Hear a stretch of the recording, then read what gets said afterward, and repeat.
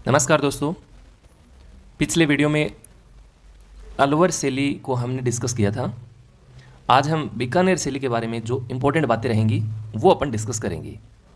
अपन राजस्थान अध्ययन की बुक्स जो है उसमें लिखे तथ्य को अपन आपके सामने रख रहे हैं, ताकि हो सकता है कि इन किताबों से एजिटिक सवाल आपके एग्ज़ाम में आ जाएं। तो जो आपको इम्पोर्टेंट लगे उनको आप अपने नोट्स में लिखिएगा।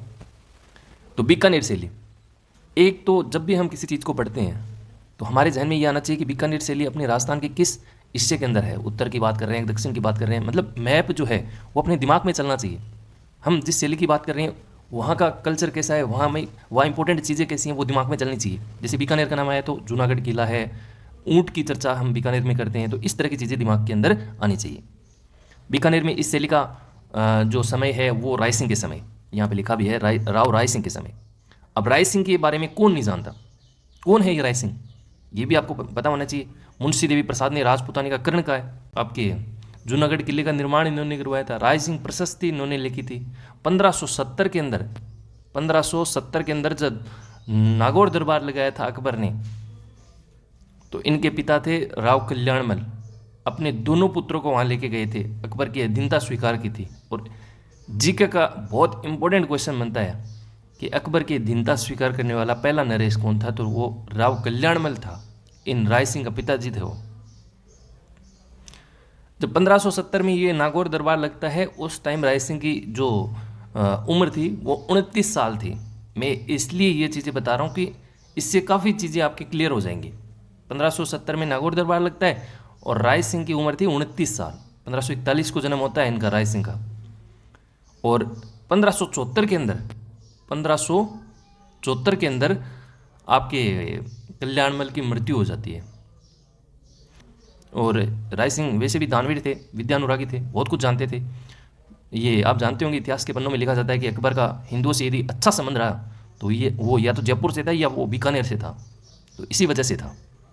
इसका मतलब इस शैली में कहीं ना कहीं मुगलों से चीज़ें जो हैं, मुगलों से चित्र हैं, मुगलों से संबंधित जो चीज़ें हैं वो इस शैली में देखने को मिलेंगी। और इसका कारण क्या था, वो ये था आपसी जो संबंध रहे हैं वो बताता है हमें। तो ऐसी चीज़ें आपको लिंक करके थोड़ा सा आइडिया में दिमाग में रखेंगे तो चीज़ें आसानी से याद हो जाएंगी। तो देखते हैं क्या क्या इंपॉर्टेंट चीज़ें इसमें। राव राय सिंह के समय चित्रित भागवत पुराण में इस शैली के प्रारंभिक चित्र मिलते हैं। तो सीधा प्रश्न आ सकता है, भागवत पुराण का जो प्रारंभिक चित्र है वो किस शैली से संबंधित रहा है, तो आपका उत्तर होना चाहिए बीकानेर शैली। बीकानेर के नरेश राय सिंह मुगल कलाकारों की दक्षता से प्रभावित होकर कुछ को अपने साथ ले आए थे।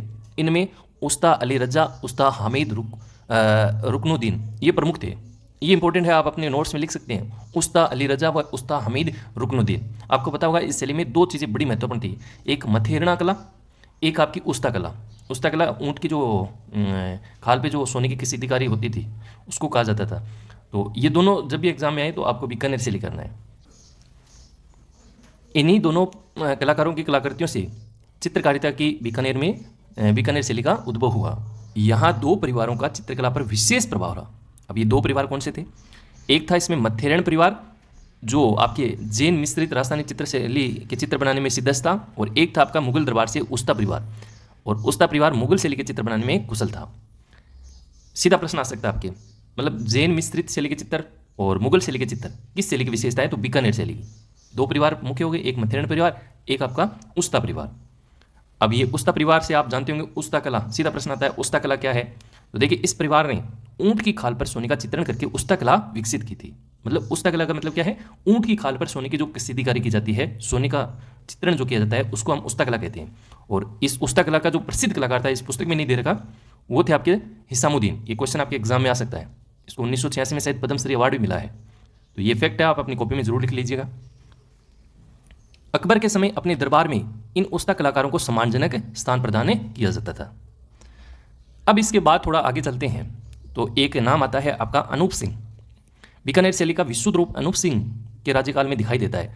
ये अनूप सिंह, ऐसे क्वेश्चन आएगा कि भाई बीकानेर शैली का जो स्वर्ण काल है वो किसके समय रहा, तो वो रहा था आपके अनूप सिंह। ये इंपॉर्टेंट है आपके। उनके समय प्रसिद्ध कलाकारों में रामलाल, अली रजा, हसन आदि नाम विशेष उल्लेखनीय थे। तो एक तो क्वेश्चन इस तरह से आ सकता है कि रामलाल, अली रजा, हसन का संबंध किस शैली से था, तो बीकानेर शैली का। और बीकानेर शैली में किसके समय के शासनकाल में इनका संबंध रहा, तो वो था आपका अनूप सिंह। अनूप सिंह कौन थे, बीकानेर शैली का स्वर्ण काल जिन्हें माना जाता था।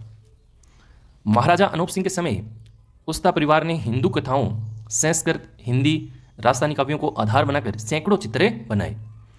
तो इस शैली में इस समय ये शैली जो थी वो उत्कर्ष पे पहुंच गई थी, मतलब एक हाईएस्ट इसकी जो सीमा थी उस पर ये पहुंच गई। ठेठ राजस्थानी शैली में चित्र बने उनकी रंगत ही कुछ अलग है। तो अपने एक राय सिंह पढ़ा है, इसके बाद दो परिवार अपने पढ़े हैं और अंत में अपने अनूप सिंह के बारे में पढ़ा है। बीकानेर शैली में मुगल स्कूल के मिश्रित प्रभाव के फलस्वरूप एक हरी तनवंगी कोमल ललनाओं का अंकन, नीले, हरे, लाल, बैंगनी, जामुनी, स्लेटी रंगों का प्रयोग, सांझा और औरंगजेब शैली की पगड़ियों के साथ ऊंची मारवाड़ी पगड़ियाँ, ऊंट, हिरण और घोड़ा भी है इसमें लिखा नहीं है, ऊंट, हिरण, घोड़ा, बीकानेरी रहन सहन और राजपूती संस्कृति की छाप विशिष्ट रूप से यहाँ देखने को मिलती है। एक बार इनको थोड़ा सा हल्की नज़र से एक बार और देख लेना। इसके बाद देखिएगा, बरसते बादलों में से सारस और मिथुनों की नैनाभिराम आकृतियाँ, ये इंपॉर्टेंट है। बरसते बादल में सारस और मिथुन की जो नैनाभिराम आकृतियाँ हैं वो किस शैली की विशेषता है, तो वो आपकी बीकानेर शैली। यहाँ फव्वारों, दरबार के दृश्यों आदि में दक्षिण शैली का प्रभाव है दिखाई देता है। तो ये इस किताब में कुछ जानकारियाँ थी बीकानेर शैली को लेकर। आपको पता होनी चाहिए इस किताब में जो जो चीज़ें हैं, हो सकता है वहाँ से सीधा क्वेश्चन आ जाए। इसके बारे में और जानकारी अधिक रखते हैं तो वो अच्छी बात है आपके लिए। तो आज के इस वीडियो में इतना ही। अब शॉर्ट में मैं थोड़ा सा और बता देता हूँ इसको।